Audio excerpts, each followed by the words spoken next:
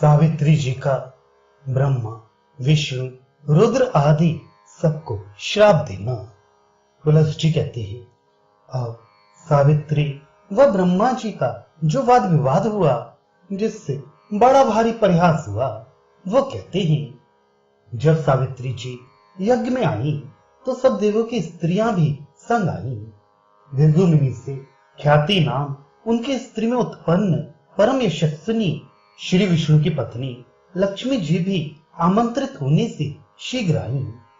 महाभागा मदरा, योग निद्रा, विभूतिदा, कमलालया श्री, भूति, कीर्ति, श्रद्धा, मनस्विनी, पुष्टि, तुष्टि प्रदा इत्यादि सब देवियां वहां आई। दक्ष, तनया, सती, उमा, पार्वती जो कि त्रिलोक्य में सुंदरी देवी हैं, वह सब स्त्रियों को सौभाग्य देती हैं। जया, विजया, मधुचंदा, अमरावती, सुप्रिया, जनकांता, ये सब सावित्री के मंदिर में गौरी के साथ आभरण आदि पहन सुंदर वेश बना के आई। पुलों की कन्या महा अप्सरा इंद्राणी, स्वाहा, स्वधा, धूमोणा, वरान्ना, यक्षी, राक्षसी, गौरी, महाधना, वायु की स्त्री मनोजवा, कुबेर की स्त्री रिद्धि, सब देव कन्या, दानवी, सब दानवों की स्त्रियां, सप्त ऋषियों की सब महापत्नियां, ऐसे ही और ऋषियों की युवतियां, इसी प्रकार इन सबों की भगनियां व बेटियां व सब विद्याधरियां, बहुत सी राक्षसों की कन्या, पृतकन्या व लोक माता अपनी अपनी वधुओं व स्नुषाओं सहित सब सावित्री के निकट आई। आदित्यादिक सब दक्षी कन्या भी आई। इन सबों के बीच में विराजती हुई ब्रह्माणी व लक्ष्मी दोनों अत्यंत शोभित होती थी। इनमें कोई तो लड्डू लेकर, कोई शूर्प लिए हुए, कोई फल ही हाथों में लिए, सब श्रेष्ठ स्त्रियां ब्रह्मा जी के निकट आ गई। कोई अरहर की दाल, कोई मूंग की, कोई उड़द की, कोई शिखरनी, कोई विचित्र अनार, कोई बिजौरा नींबू, कोई करीर के फल, कोई कमल हाथ में लिए, कोई कुसुम्ब के फूल, कोई जीर, कोई खजूर के फल लिए, कोई उत्तम नारियल लिए, कोई मुनक्कों से भरे हुए पात्र लिए, कोई सिंगाड़ों से पूरित भाजन लिए, कोई विचित्र कपूर हाथ में लिए, कोई फरेंदे लिए, कोई अखरोट, कोई अमरा, कोई जमीनी नींबू ही लिए, कोई पके बेर हाथ में लिए जो कि पक जाने से पीले हो गए थे, कोई कपास की रुई हाथ में लिए, कोई कुसुम से रंगा वस्त्र लिए। इसी प्रकार बहुत सी वस्तु सब स्त्रियां शिल्पों में लिए हुए सावित्री जी के संग एक बार गी आ गई। सावित्री जी को आई हुई देखकर इंद्र बहुत डरे। वो ब्रह्मा जी ने नीचे मुख कर लिया कि हमको क्या कहेंगी। विष्णु भगवान व रुद्र ये भी बहुत लज्जित हुए। सब ब्राह्मण, क्षत्रिय, वैश्य लोग व सभासद भी भयभीत हुए। ऐसे ही और देवगण भी डरे। सब पुत्र, पौत्र, भगने, मातुल, भ्राता, ऋभुनाम देवता व देवताओं के भी सब देव सब विस्मित हुए कि देखें अब सावित्री जी क्या कहेंगी, वह ब्रह्मा कौन वचन कहेंगे, वह गोपकन्या कौन वचन बोलेगी। अन्य सब इकट्ठे होकर आपस में कहने सुनने लगे कि देखो, जब अर्धवैया बुलाने गया तब तो ये नहीं आई, अब आई है। यहाँ इंद्र ने दूसरी गोपकन्या लेकर ब्रह्मा जी को दे दिया। विष्णु भगवान ने भी उसका अनुमोदन किया, वह रुद्र ने भी अनुमोदन किया, वह उसके पिता ने आकर अपने आप भी दे दिया। अब नहीं जानते कि यज्ञ कैसे होगा, वह समाप्ति को कैसे पहुंचेगा। इस प्रकार सब विचार करते ही थे कि सावित्री व लक्ष्मी दोनों सहित समाज में आ गई। उधर सदस्य, ऋत्विज, ब्राह्मणों व देवताओं के बीच में बैठे हुए ब्रह्मा जी यज्ञ कर रहे थे। वह वेद पारक ब्राह्मणों द्वारा अग्नि में आहुतियां पड़ रही थी। वह मृक्षण, मेखला, ऋषि वस्त्र धारण किए परम पद को ध्यान करते हुई गोप कन्या पत्नीशाला में बैठी थी, जो कि महापतिव्रता पति प्राणा प्रधानता से निवेशित की गई थी। रूप से युक्त विशालाक्षी तेज में सूर्य के समान उस सभा को ऐसे प्रकाशित करती थी जैसे सूर्य की प्रभा सबको प्रकाशित करती है। वह सब ऋतुज लोग प्रज्वलित अग्नि में आहुतियां छोड़ते थे। पशुओं के वह अपनी अपनी खीर के भाग भी सब देवता आनंद युक्त ग्रहण कर रहे थे। यज्ञ के भागों के अर्थी देवगण विलंब से बोलते थे कि कालहीन यज्ञ ना हो, क्योंकि उसमें फल नहीं मिलता है। ये बात वेदों में लिखी है, सब बुद्धिमानों ने देखी है। वेद पारक ब्राह्मण लोग हव्य काव्य दोनों प्रकार की खीरों से आहुति करते थे। वह सब देवताओं को अलग अलग भाग देते थे। ऐसे किए जाते हुए यज्ञ को देख सावित्री जी बड़े क्रोध से युक्त होकर सभा के मध्य में मौन व्रतधारी ब्रह्मा जी से बोली, हे देव, क्या विचार करके तुम ऐसा करने लगे, जो कि हमको छोड़कर काम के वशीभूत होकर तुमने ऐसा किल्बिष कर्म किया। फिर जिसको तुमने शिर में अंगीकार किया वे हमारे चरण की धूल के भी तुल्य नहीं है। जो तुम्हारी सभा के बैठने वाले पुरुष कहें, उन्हें ईश्वर भूतों की उस आज्ञा को करो, यदि इच्छा करते हो। हे प्रभु, रूप के लोभ से आपने लोक निंदित कर्म किया। तुमने पुत्र पौत्र किसी से भी लज्जा नहीं की। ये जो निंदित कर्म तुमने किया है, हम यही मानते हैं कि केवल काम के ही वश होकर किया गया है। सो देवताओं के पितामह व ऋषियों के फिर पितामह होकर तुमको अपना ये देह देखकर कैसे लज्जा नहीं आती। सब लोगों के आगे तुमने दासी को बिठा लिया। वह प्रभु, हमको नीचे डाल दिया। हे देव, जो तुम्हारा ये स्थिर अभिप्राय है तो बैठे रहो, हम नमस्कार करती हैं। भला हम अपनी सखियों के आगे कैसे मुंह दिखाएंगी?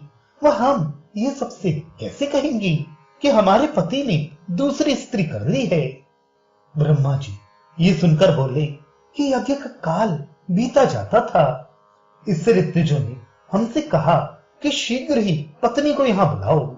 तब तुम्हारे आने में विलंब जानकर इंद्र द्वारा ये स्त्री लाई गई है और मुझे श्री विष्णु भगवान ने दी है। हे सुब्रु, तब हमने इस स्त्री को ग्रहण किया है। अब हमारे इस अपराध को क्षमा करो। हे सुव्रते, अब फिर हम तुम्हारा कोई भी अपराध ना करेंगे। अब तुम्हारे चरणों पर पड़ते हैं, इस अपराध को क्षमा करो, तुम्हारे लिए नमस्कार है। पुलस्त जी भीष्म से बोले कि जो इस तरह ब्रह्मा जी ने कहा तो अति क्रोध युक्त होकर उनको श्राप देने पर उतारू हुई कुछ भी ब्रह्मा जी की बात का विचार न किया और कहा कि जो हमने कुछ तप किया हो वह अपने गुरुओं को संतुष्ट किया हो, तो सब ब्राह्मणों के समूहों में व सब स्थानों व विविध तीर्थों में कोई भी ब्राह्मण तुम्हारी पूजा आज से न करेगा। बस केवल कार्तिक मास की पूर्णमासी को तुम्हारी पूजा सब कोई करेंगे और कभी नहीं। ये हमारे श्राप का प्रभाव है। स्वर्ग आदि लोकों में चाहे कोई करे भी, पर मृत्यु लोक में ब्राह्मण क्या कोई भी वर्ण ना करेगा। ये समझकर जो कोई तुम्हारी पूजा करेगा तो उसे हमारा कोप नष्ट कर देगा, चाहे जो हो। ब्रह्मा जी को ऐसा श्राप देकर इंद्र से बोली, हे इंद्र, तुमने ब्रह्मा के निकट एक अहीरी लेखा बिठा दी है, जिससे कि तुमने ये क्षुद्र कर्म किया है, इससे इसका फल पाओगे। जब तुम संग्राम में शत्रुओं के सम्मुख खड़े होगे तब शत्रु तुमको पकड़ ले जाएंगे व परम दुर्दशा करेंगे। शत्रुओं के नगर में स्थित हो तुम कुछ भी ना कर सकोगे, सब तुम्हारा बल नष्ट हो जाएगा। इस बड़े भारी अनादर को पाकर शीघ्र ही छूट भी जाओगे। इंद्र को श्राप देकर सावित्री श्री विष्णु भगवान से बोली कि जब ध्रुव के वचन से तुम्हारा जन्म मृत्यु लोक में होगा तब वहां तुम भार्या के वियोग से उत्पन्न दुख सहोगे व तुम्हारी स्त्री को तुम्हारा शत्रु समुद्र के उस पार को हर ले जाएगा। वह मारे शोक के तुम ऐसे व्याकुल चित्त हो जाओगे कि ना जानोगे कौन ले गया। तब भाई सहित बड़े कष्ट व बड़ी आपदा में पड़ोगे। वह जब तुम यदुवंशियों में कृष्ण नाम वाले हो जन्म लोगे तब पशुओं की दास्ता पूर्वक बहुत काल तक भ्रमण करोगे। इतना विष्णु से कहकर रुद्र जी से क्रोध करके बोली कि हे हर, जब तुम दारुवन में बसोगे तो निश्चय ही ऋषि लोग तुमको श्राप देंगे कि हे कापालिक, हे क्षुद्र, जिससे कि हमारी स्त्रियों को हरने की इच्छा करते हो, इसी से शीघ्र ही तुम्हारे ये दर्पित लिंग पृथ्वी पर गिरेगा। फिर तुम पुरुषार्थ विहीन व मुनि के श्राप से पीड़ित हो इधर उधर घूमते फिरोगे। तब गंगा द्वार अर्थात हरिद्वार में तुम्हारी पत्नी तुमको समझाएगी। रुद्र से ऐसा कहकर अग्नि से बोली, हे अग्नि, तुम सर्वभक्षी होगे, वह तुम्हारे पुत्र तुम्हारा बड़ा निरादर करेंगे। वह भृगु मुनि ने तुमको पूर्व समय में भस्म किया है, इससे हम फिर नहीं तुमको जलाती हैं, क्योंकि तुमसे वेद उत्पन्न हुए हैं। पर जाओ, महादेव तुम्हारे मुख में कंदर पतित करके तुमको बुझा देंगे।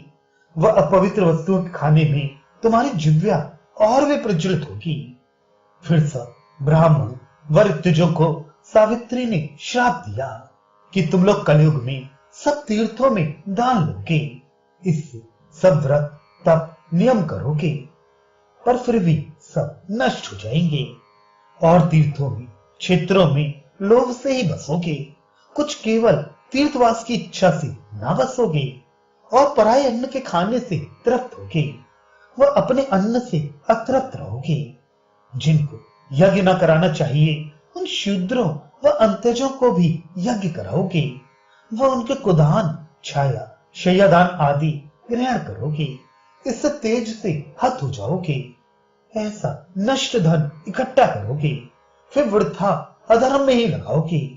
वह प्रेतों को अन्न भोजन करोगे, उससे तो निसंदेह प्रेत ही होगे। इस प्रकार इंद्र, विष्णु, रुद्र, अग्नि, ब्रह्मा व सब ब्राह्मणों को क्रोध पूर्वक सावित्री जी ने श्राप दिया। वह श्राप देकर सभा से निकल खड़ी हो गई। वह ज्येष्ठ पुष्कर में जाकर बाहर खड़ी हुई। वह लक्ष्मी, सती व इंद्राणी आदि स्त्रियों से बोली कि हे देव, हम यहाँ सभा में न ठहरेंगी, किंतु वहां चली जाएंगी जहां इस यज्ञ का शब्द सुनाई न देगा। ये सुनकर वे सब स्त्रियां अपने अपने स्थानों को चली गईं। इस बात पर सावित्री कुपित हुई। वह फिर उन सबको श्राप देने को उद्यत हुई, जिससे हमको यहाँ छोड़कर सब देवताओं की स्त्रियां चली गई हैं, इससे हम कोप करके अब उनको भी श्राप देंगी। लक्ष्मी का वास बहुत दिनों तक एक स्थान पर कभी ना होगा, क्योंकि उनका बड़ा क्षुद्र व चंचल स्वभाव होगा। वो मूर्खों के ही घरों में बसेंगी। वह मृक्षों के घर में, पर्वतों पे रहने वालों के ग्रहों में, वह सब नष्ट स्वभाव दुराचारी पुरुषों के यहाँ रहेंगी। मूर्ख, अहंकारी, श्रापित, दुष्टात्मा इत्यादि को के घर में हमारे श्राप से लक्ष्मी को बसना पड़ेगा। इस प्रकार लक्ष्मी को श्राप देकर फिर इंद्राणी को श्राप दिया कि जब तुम्हारे पति इंद्र ब्रह्म हत्या करेंगे, वह दुखभागी होंगे, वह राज्य हर के राजा नहुष होंगे, तब वह तुमसे ये कहेगा कि हम इंद्र हैं। तू मूर्ख इंद्राणी, हमारी उपासना क्यों नहीं करती है? जो हम इंद्राणी के साथ भोग न करने पाएंगे तो सब देवताओं को मार डालेंगे। तब तो वहां से डर के भागेगी और बृहस्पति की शरण में जाएगी और बड़े दुख हमारे श्राप के कारण भोगेगी।